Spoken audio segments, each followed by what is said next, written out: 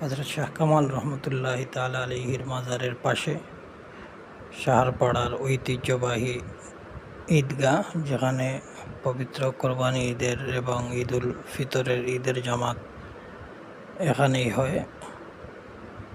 এলাকাবাসী সকলে এই ঈদগাহে ঈদের জামাত আদায় করে। দেখেন, এটা শাহ কামাল রহমতুল্লাহি তাআলা আলাইহির মাজারের প্রধান গেট। মসজিদ দেখা যাইতেছে।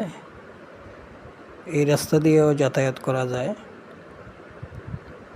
হযরত শাহ কামাল রহমতুল্লাহি তাআলা আলাইহির কবরের পাশ দেখা যাইতেছে।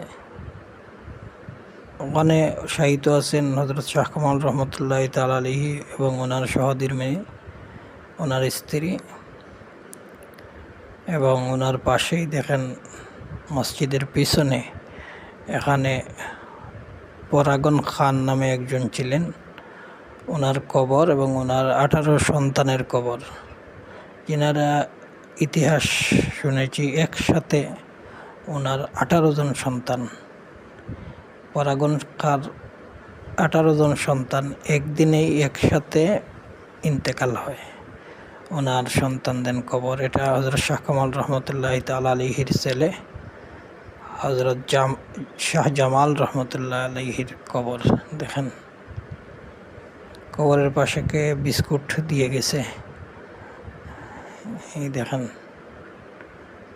হযরত শাহ জামাল রহমতুল্লাহি তাআলা আলাইহির কবর শাহরপাড়ায় অবস্থিত।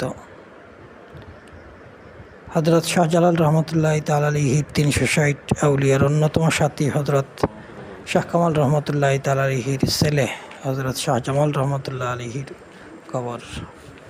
এটা প্রধান গেট। এই গেট দিয়ে দেখা যাইতেছে কবরের ভিতরের অংশ।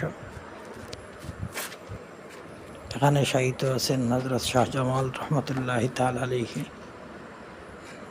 ঠিক আছে, আপনি পর্দাটা তুলে দিয়েছেন। হযরত শাহ জামাল রহমতুল্লাহি তাআলা আলাইহির কবর। পাশাপাশি দেখেন, এখানে এই জায়গায় আগে উরুস হইতো, এলাকাবাসীরা ওনারা উরুস বন্ধ করে দিয়েছেন।